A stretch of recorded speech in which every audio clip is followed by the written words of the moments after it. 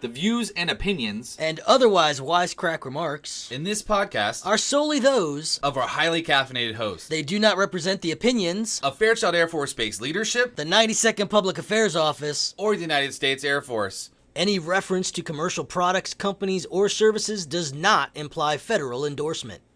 You've been warned. Boom, boom, boom, boom. Bada bing, bada boom. Come on, here comes the ready or not. Welcome to the Boom. I'm Staff Sgt. DJ Ayres with my co-host, Senior Airman Corrine Jones. Back for another week of glory at Fairchild Air Force Base. Yes, and you know, it's pretty cold out there today, but it's all good. I'm enjoying it, getting used to the crispiness. It's pretty cold. I don't like the wind. Oh, God, no. So, Veterans Day was just upon us, and I hope all of you had a great Veterans Day and got a chance to go out and experience the festivities, whether you went and heard someone talk about what it means for them to be a veteran, or maybe you just went and got some free food. I know we did. Yeah, it was awesome. We actually, had a little co-host excursion. Went out to Chili's, got some free grub, and it was pretty awesome, I have to say. Like I said, my favorite flavor is free. But to make it even better, we had additional flavor of popcorn because we went to the movie. Movie theaters in the area were offering a free ticket to see Fury for veterans, so we took advantage of that as well. And I gotta say, I'm super glad we did. It was an awesome movie. I mean, modern World War II movies are where it's at. I'm a big fan of anything World War II. It was just a different era, and, it was, what it meant to be an American. Yeah, you got Bradley Pitts. Bradley Pitts. You got Brad Pitt. You had Shia LaBeouf and some newcomers to the game as well. So if you have a chance, if you're listening and it's still in theaters, if you are interested, definitely go check it out. It's worth the ticket. It's got some heavy drama in there and some good action. Yeah, just so you know, so you're prepared. You might cry. I cried a little bit. Yeah, I didn't cry. Anyways, moving along, we got some new and old stuff today in this week's podcast. We're going to give you an update on Ebola. Bing-a-ling-ling, he said it again.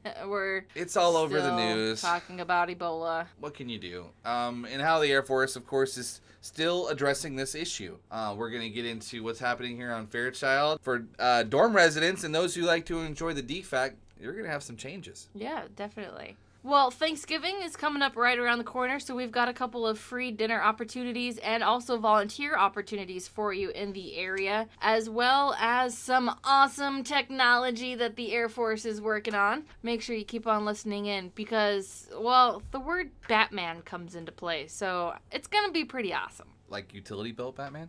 Like utility belt Batman. Sweet. So let's get started.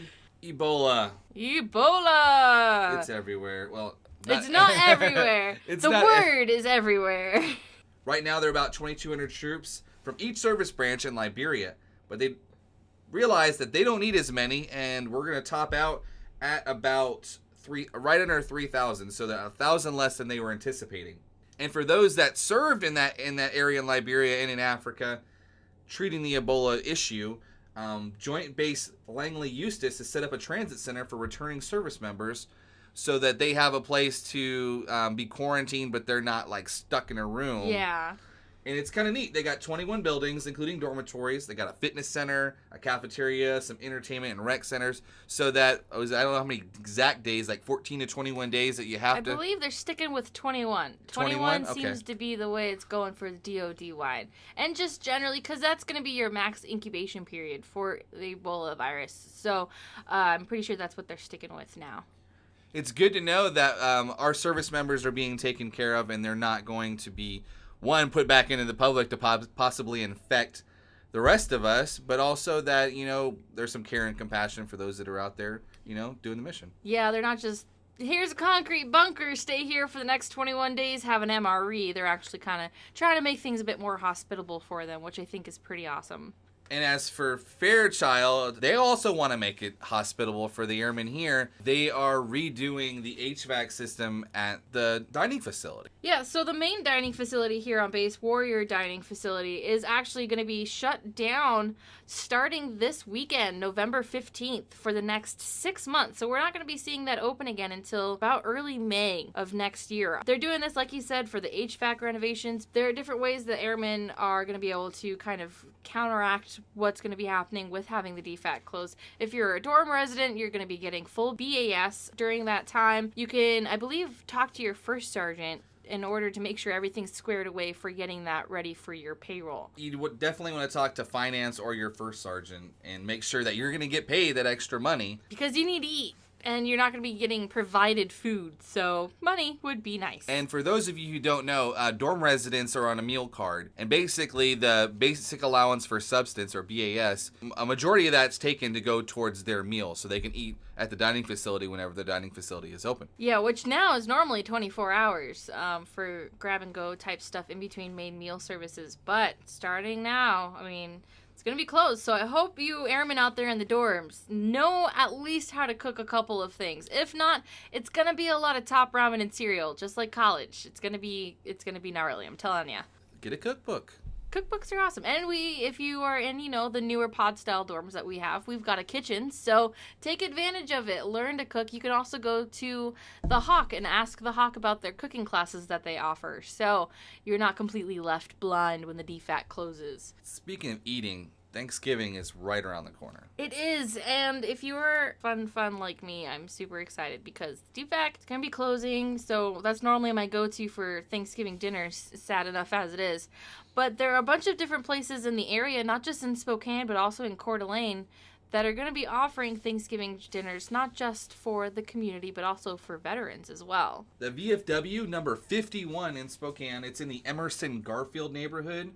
That's Northwest Spokane. They are going to have a Thanksgiving for veterans and their families. And if you have any questions or you want to maybe volunteer or something like that, they can be reached at 509-327-9847. Yeah, and that's actually going to be on Thanksgiving Day, the 27th, from 11 to 3 o'clock. So if you don't have any plans, if you're out here, maybe you just have you and your spouse and you want to do something, but you don't want to go through all the cooking for just 2 people, go check out, see what the VFW can do for you and spend some Thanksgiving around, some awesome like-minded folks. And maybe if you're a younger service member who doesn't want to spend time by themselves, Gonzaga, they're doing a free community Thanksgiving dinner as well. Yes, they are. So it's I'm going to say it wrong. I want to say Aloysius, but it's Aloysius. Now that I learned how to say this today, St. Aloysius Parish, Gonzaga University, and Sodexo Food Services are hosting a free Thanksgiving dinner for anyone who might otherwise be eating alone on Thanksgiving Day. But you can also volunteer as well. So maybe you want to go and have a meal, but you also want to help give back to other people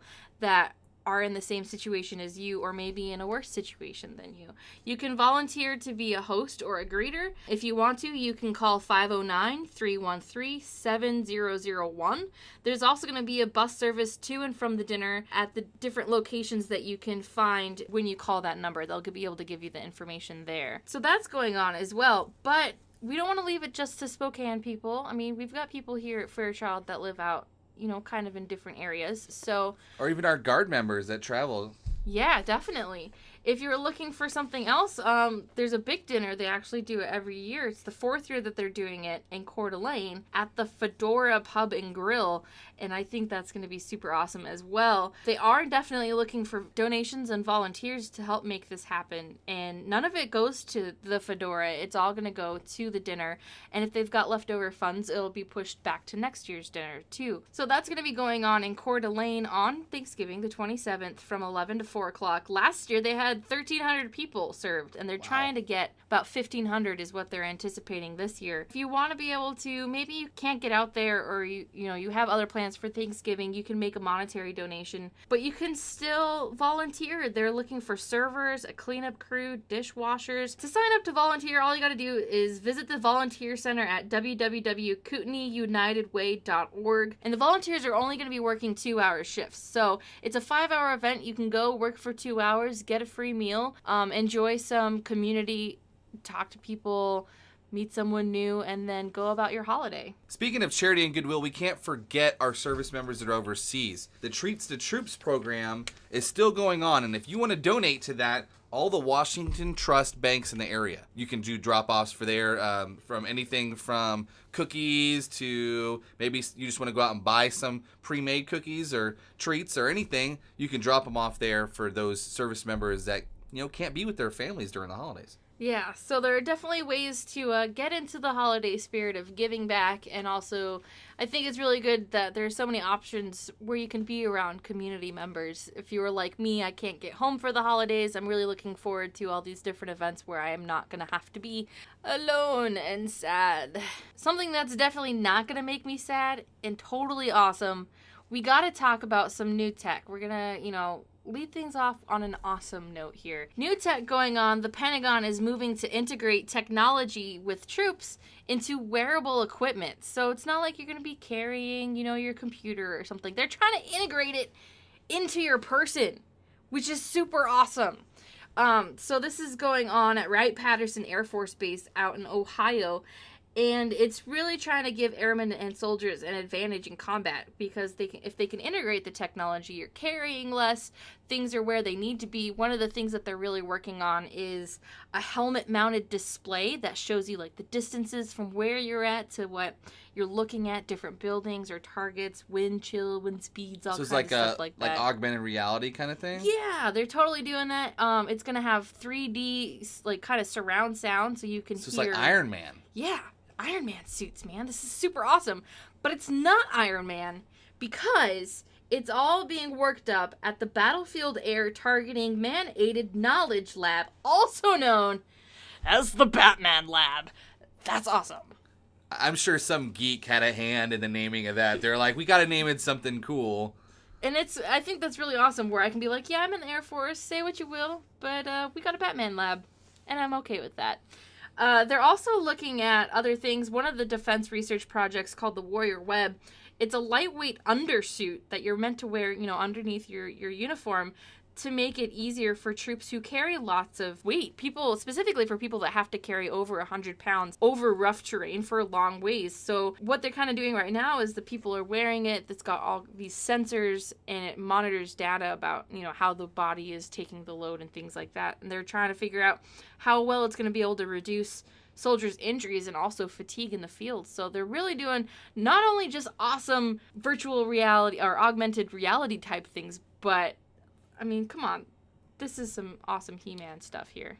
This will definitely help in the civilian sector, because I'm sure there's some warehouse workers that could really benefit from this kind of technology. Yeah, definitely. They're trying to make it so that the suit becomes part of the person wearing it. It's not a distraction. So I think, as we move on into the future of technology in the Air Force, or just in the military in general, they're at the point where they're even saying we got to stop looking at things the traditional way and buying things that way, because we're not going to be able to keep up with the marketplace. They say that they're going to have to keep buying more commercial off-the-shelf technology in order to stay ahead and really stay at the top of our game and, just do the best that we can for our troops.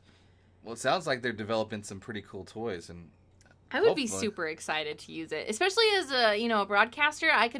Could you imagine if we had a camera mounted on our helmet, but that also had we could hear every single thing, but we could also see everything and had peripherals? I'm kind of geeking out right now. I think that would be 1,000% awesome. Yeah, so for now we just have GoPros. GoPros are still cool, but they're not Batman Lab cool. I'll have to concede on that one. So I think, that's all I got on tech stuff today. Hopefully someone out there heard it and is super excited.